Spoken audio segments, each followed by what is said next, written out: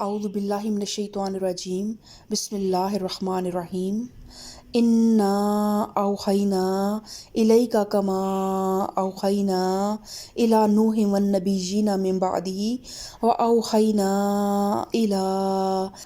ابراہیم واسماعیل واسحاق ویعقوب والاسباط وعیسیٰ وایوب ویونس وہارون وسلیمان وآتینا داود زبورا۔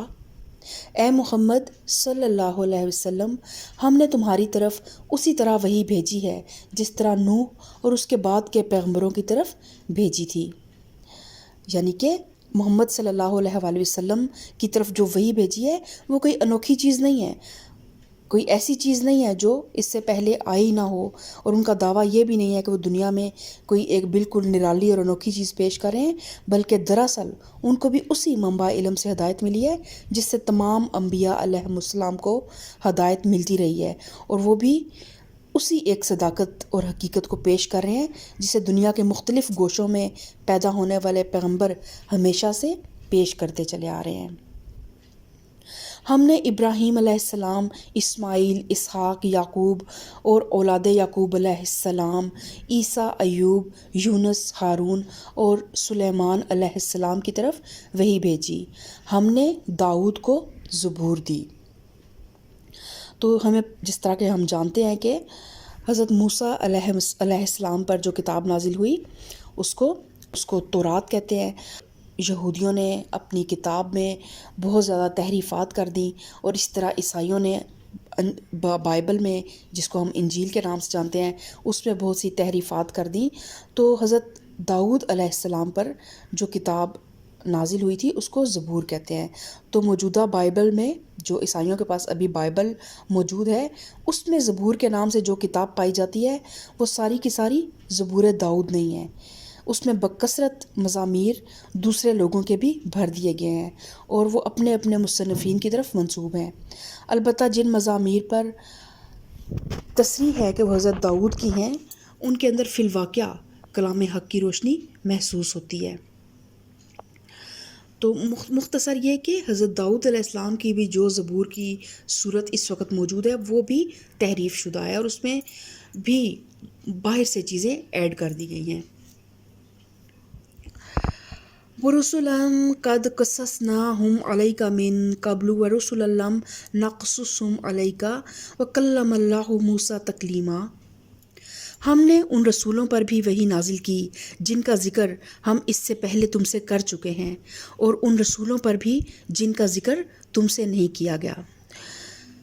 اور جس طرح کہ ہم جانتے ہیں کہ اللہ تعالیٰ نے 1,24,000 پیغمبر جو ہے وہ مبعوث فرمائے، تو ان تمام کا ذکر تو قرآن پاک میں نہیں کیا گیا۔ تو اللہ تعالیٰ اسی لیے فرما رہا ہے کہ ان پر بھی ہم نے وحی بھیجی جن کا ذکر تم سے کیا جا چکا ہے، اور ان رسولوں پر بھی جن کا ذکر تم سے نہیں کیا گیا۔ اور ہم نے موسیٰ سے اس طرح گفتگو کی جس طرح گفتگو کی جاتی ہے۔ تو جو دوسرے انبیاء علیہ السلام تھے ان پر تو وہی اس طرح آتی تھی کہ ایک آواز آ رہی ہے یا فرشتہ پیغام سنا رہا ہے اور وہ سن رہے ہیں، لیکن موسیٰ علیہ السلام کے ساتھ یہ خاص معاملہ برتا گیا کہ اللہ تعالیٰ نے خود ان سے گفتگو کی۔ بندے اور خدا کے درمیان اس طرح باتیں ہوتی تھیں جیسے دو شخص آپس میں باتیں کرتے ہیں۔ تو اسی لیے حضرت موسیٰ علیہ السلام کا لقب جو ہے وہ کلیم اللہ بھی ہے، اور مثال کے لیے اس گفتگو کا حوالہ کافی ہے جو سورہ طٰہٰ میں ہم آگے انشاءاللہ تعالیٰ اس کا مطالعہ کریں گے۔ اور بائبل میں بھی حضرت موسیٰ علیہ السلام کی اسی خصوصیت کا ذکر کیا گیا ہے۔ چنانچہ لکھا گیا ہے کہ اور جیسے کوئی شخص اپنے دوست سے بات کرتا ہے ویسے ہی خداوند روبرو ہو کر موسیٰ سے باتیں کرتا تھا، اور خروج باب 33 میں اس کا ذکر کیا گیا ہے۔ یہ سارے رسول خوشخبری دینے والے اور ڈرانے والے بنا کر بھیجے گئے تھے تاکہ ان کو مبعوث کر دینے کے بعد لوگوں کے پاس اللہ کے مقابلے میں کوئی حجت باقی نہ رہے۔ یعنی ڈرانے والے اور خوشخبری دینے والے کس طرح بنا کے بھیجے گئے کہ تمام انبیاء علیہ السلام کا ایک ہی مقصد تھا دنیا میں آنے کا، کہ وہ بشیر اور نذیر تھے، اور وہ یہ کہ جو لوگ خدا کی بھیجی ہوئی تعلیم پر ایمان لائیں اور اپنے رویے کو اس کے مطابق درست کر لیں، انہیں فلاح اور سعادت کی خوشخبری سنا دیں تو ان کے لیے وہ بشیر ہیں، اور جو فکر و عمل کی غلط راہوں پر چلتے رہیں اور ان کو اس غلط روی کے برے انجام سے آگاہ کر دیں۔ تو جن کو ڈراوا دیا جائے گا، جن کو برے انجام سے ڈرایا جائے گا، ان کے لیے پیغمبر نذیر ہے، نذیر کی حیثیت سے پیش ہوتے ہیں۔ تو بشیر اور نذیر کا یہ مطلب ہے۔ اور اللہ تعالیٰ کہتا ہے کہ تاکہ ان کے پاس پھر کوئی حجت باقی نہ رہے، یعنی ان تمام پیغمبروں کو بھیجنے کی ایک ہی غرض ہے، اور وہ یہ کہ اللہ تعالیٰ نوع انسانی پر اتمام حجت کرنا چاہتا تھا، تاکہ آخری عدالت کے موقع پر جب کوئی گمراہ مجرم اس کے سامنے یہ عذر پیش کرے کہ ہم تو ناواقف تھے اور آپ نے ہمیں حقیقت حال سے آگاہ کرنے کا کوئی انتظام نہیں کیا تھا، اسی غرض کے لیے اللہ نے دنیا کے مختلف گوشوں میں پیغمبر بھیجے اور کتابیں نازل کیں۔ ان پیغمبروں نے کثیر التعداد انسانوں تک حقیقت کا علم پہنچا دیا اور اپنے پیچھے کتابیں چھوڑ گئے، جن میں سے کوئی نہ کوئی کتاب انسانوں کی رہنمائی کے لیے ہر زمانے میں موجود رہی ہے۔ اب اگر کوئی شخص گمراہ ہوتا ہے تو اس کا الزام اللہ پر اور اس کے پیغمبروں پر عائد نہیں ہوتا، بلکہ یا تو خود اس شخص پر عائد ہوتا ہے کہ اس تک پیغام پہنچا اور اس نے قبول نہیں کیا، یا ان لوگوں پر عائد ہوتا ہے جن کو راہ راست معلوم تھی اور انہوں نے خدا کے بندوں کو گمراہی میں مبتلا دیکھا تو انہیں آگاہ نہیں کیا۔ تو اب پرانی جو کتابیں ہیں، جو پرانی تمام شریعتیں ہیں، وہ تو منسوخ ہو چکی ہیں، کیونکہ ان کے فالوورز نے ان میں تحریفات کر دی ہیں۔ لیکن قرآن پاک کے بارے میں اللہ تعالیٰ نے فرماتا ہے کہ ہم نے اس قرآن کو نازل کیا ہے اور ہم ہی اس کی حفاظت کا ذمہ لے رکھا ہے ہم نے۔ تو یہ قرآن جس طرح آج سے 1400 سال پہلے نبی کریم صلی اللہ علیہ وسلم پر نازل ہوا، بالکل اسی طرح یہ قرآن موجود ہے۔ اور آج کے دور میں جب کہ یہ موبائل کی شکل میں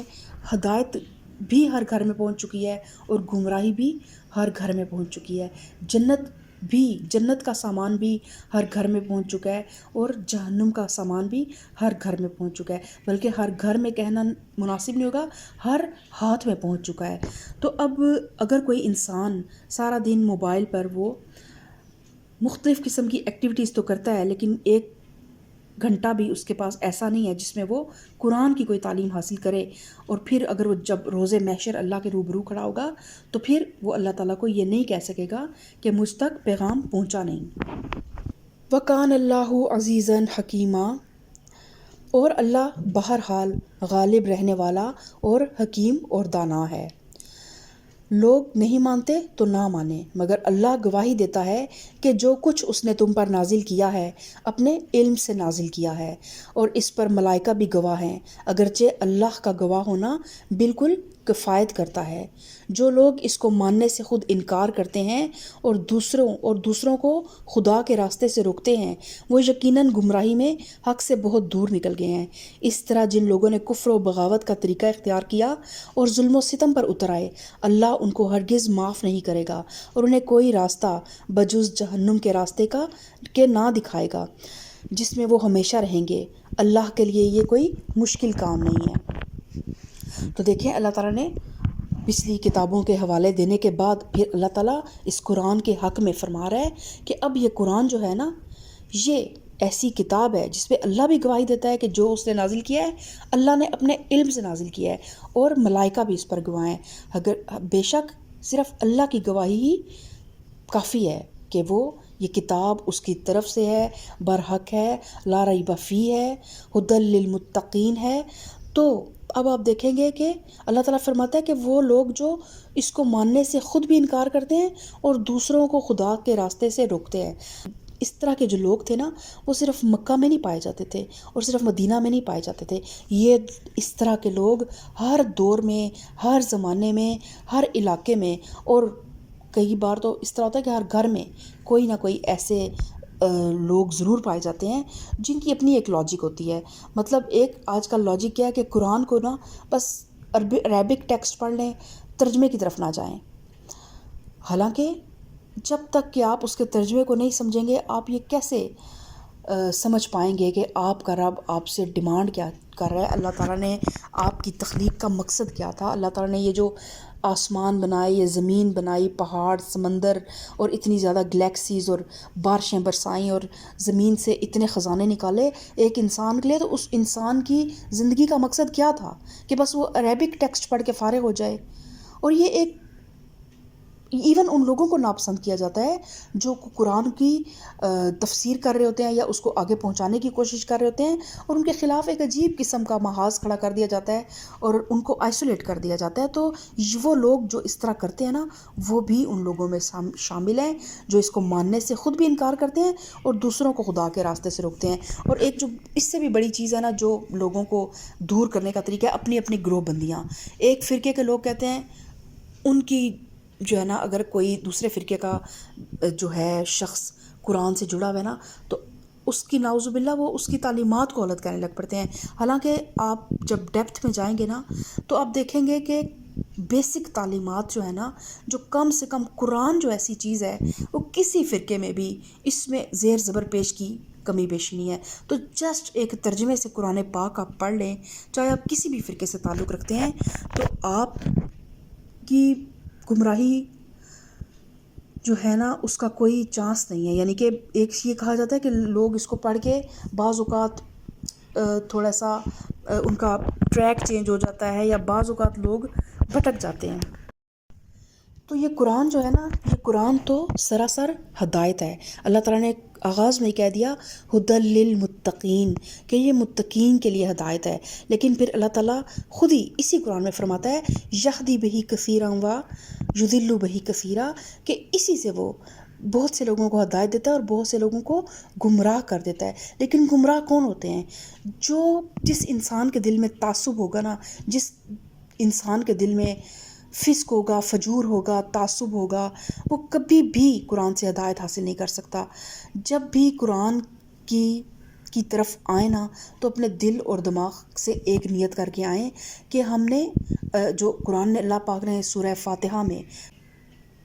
قرآن کا باقاعدہ آغاز کرنے سے پہلے جو دعا اللہ تعالیٰ نے مسلمانوں کو سکھائی، اہدنا الصراط المستقیم، اہدنا الصراط المستقیم، اللہ سے سیدھا راستہ مانگا کریں اور اللہ تعالیٰ سے ہدایت مانگا کریں۔ ہدایت کی دعا مانگ کے پھر اس قرآن کی طرف آئیں اور اپنے دل کو کسی بھی فرقے، کسی بھی تعصب سے پاک کر کے، یہ سوچے بغیر کہ میں یہ اگر مجھے حکم پتہ چل گیا تو مجھے اس پہ عمل کرنا پڑے گا اور میری دنیا مجھ پہ تنگ ہو جائے گی۔ جب یہ ساری چیزوں کو آپ چھوڑ دیں گے تو پھر آپ کو کبھی بھی قرآن جو ہے نا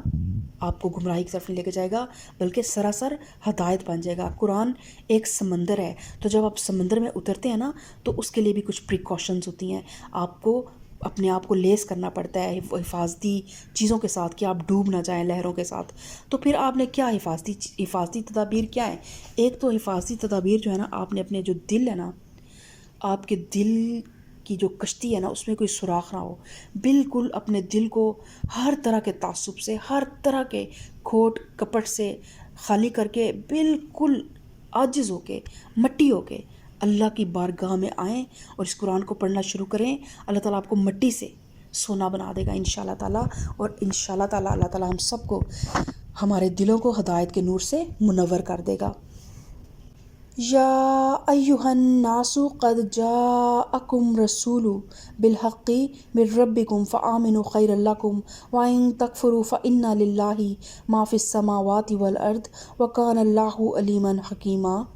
لوگو، یہ رسول تمہارے پاس تمہارے رب کی طرف سے حق لے کر آ گیا ہے، ایمان لے آؤ، تمہارے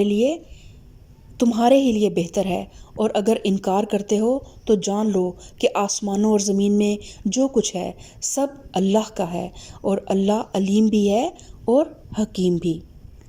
یعنی للہ ما فی السماوات والارض کا مطلب ہے کہ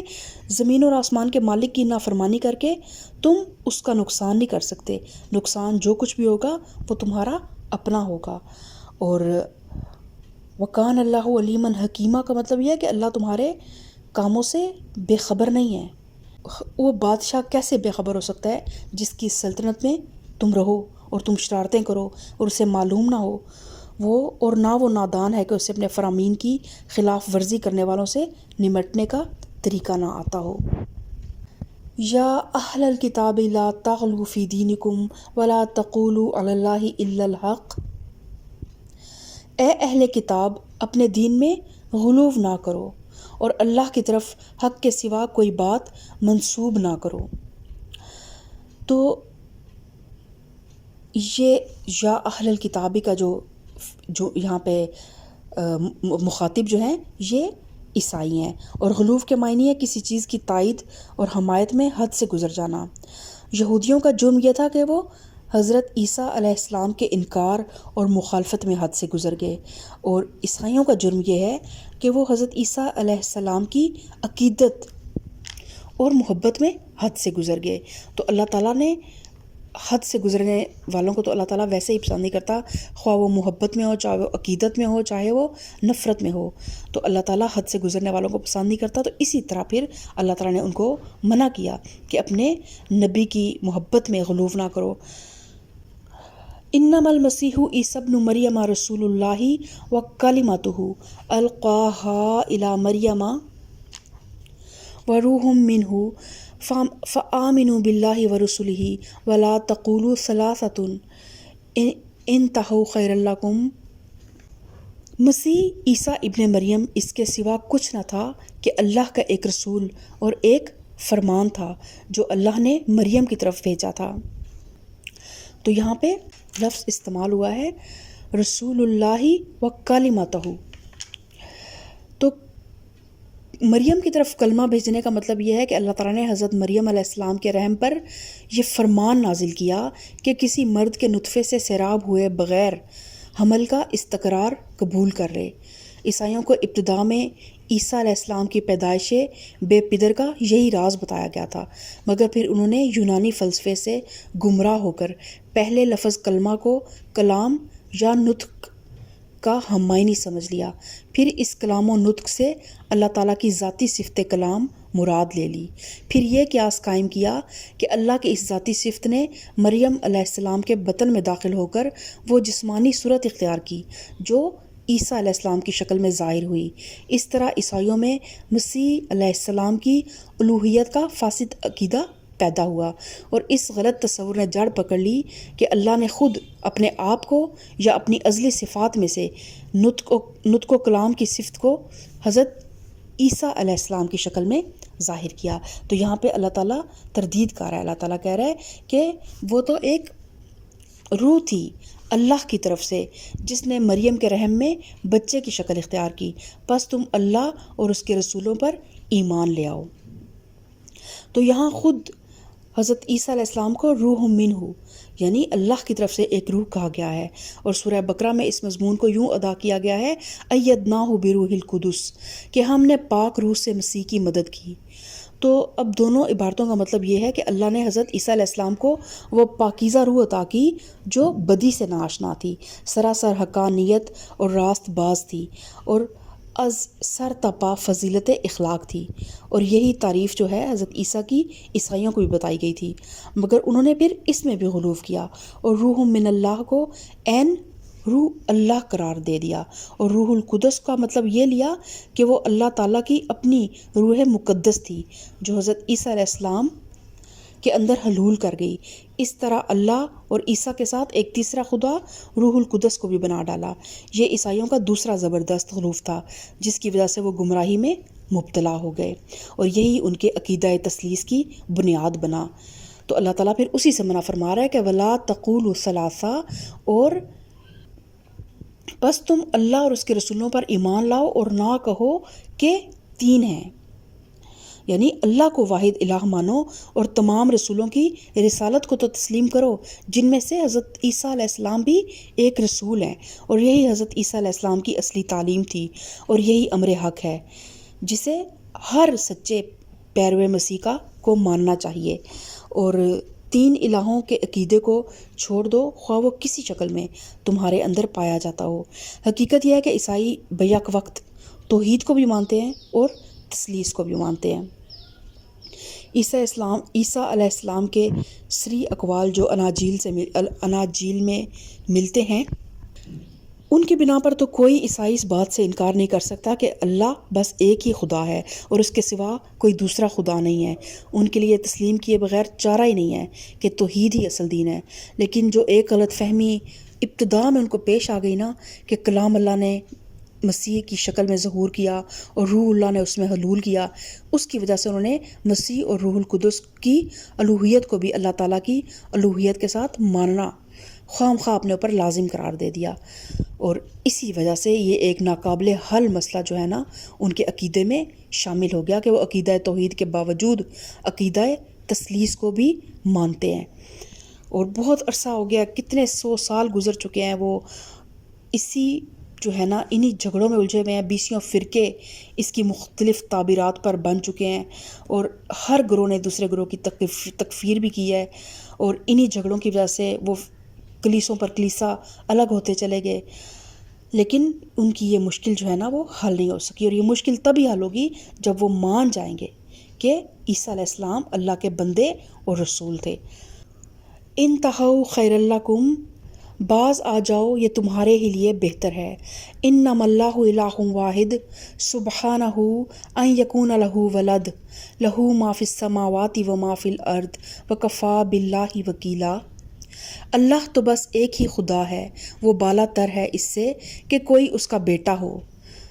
زمین اور آسمان کی ساری چیزیں اس کی ملکیت ہیں، ان کی کفالت اور خبر گیری کے لیے بس وہی کافی ہے۔ تو عیسائیوں کا اب ایک اور عقیدے میں بہت بڑی خرابی اور غلو یہ تھا کہ وہ حضرت عیسیٰ علیہ السلام کو اللہ تعالیٰ کا بیٹا قرار دیتے تھے، تو اسی کی اب اللہ تعالیٰ تردید کر رہا ہے کہ بائبل کے عہد جدید کی روایات اگر صحیح بھی ہوں تو ان میں سے پہلی جو 3 اناجیل ہیں نا ان سے تو بس اتنا ہی ثابت ہوتا ہے کہ حضرت عیسیٰ علیہ السلام نے خدا اور بندوں کے تعلق کو باپ اور اولاد کے تعلق سے تشبیہ دی تھی۔ جس طرح آج ہم کہتے ہیں نا کہ اللہ 70 ماؤں سے زیادہ محبت کرتا ہے، تو اس کا مطلب یہ نہیں ہے کہ اللہ جو ہے وہ ہماری ماں ہے۔ یہ ایک مثال دینے کے لیے حضرت عیسیٰ علیہ السلام نے بھی اسی طرح اللہ تعالیٰ اور بندوں کے تعلق کو باپ اور اولاد کے تعلق سے تشبیہ دی تھی، اور باپ کا لفظ خدا کے لیے وہ محض مجاز اور استعارے کے طور پر استعمال کرتے تھے۔ اور قدیم ترین زمانے سے بنی اسرائیل بھی خدا کے لیے باپ کا لفظ بولتے چلے آ رہے تھے، اور اس کی بکثرت مثالیں بائبل کے پرانے عہد نامے میں موجود ہیں۔ تو جب حضرت عیسیٰ علیہ السلام نے بھی یہ لفظ استعمال کیا تو کی تعلیمات کی جب شکل مسخ ہوتی گئی تو آہستہ آہستہ ایک عقیدہ یہ بن گیا کہ کیونکہ حضرت عیسیٰ علیہ السلام اللہ تعالیٰ کا مظہر ہیں اور اس کے کلمے اور اس کی روح کا جسدی ظہور ہیں، اس لیے وہ اللہ کے اکلوتے بیٹے ہیں، اور اللہ نے اپنے اکلوتے بیٹے کو زمین پر اس لیے بھیجا کہ انسانوں کے گناہ اپنے سر پر لے کر صلیب پر چڑھ جائے اور اپنے خون سے انسان کے گناہ کا کفارہ ادا کرے۔ حالانکہ اس کا کوئی ثبوت خود عیسیٰ علیہ السلام کے کسی قول سے نہیں ملتا، اور یہ عقیدہ ان کے اپنے تخیلات کا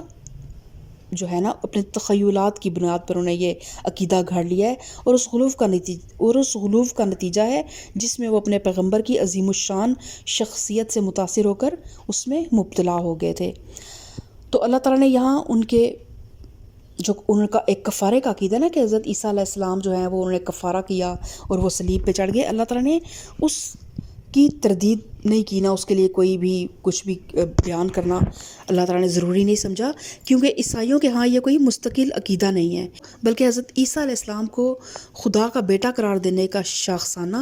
اور اس سوال کی ایک صوفیانہ اور فلسفیانہ توجیہ ہے۔ اگر اللہ تعالیٰ نے یہ بیان اس لیے دیا ہے کہ اگر عیسیٰ علیہ السلام بقول تمہارے اللہ کے بیٹے تھے اور انہوں نے یہ کوئی کفارہ ادا کیا ہے، تو پھر اگر وہ واقعی اللہ کے بیٹے تھے تو پھر صلیب پر چڑھ کر لعنت کی موت کیوں مرے؟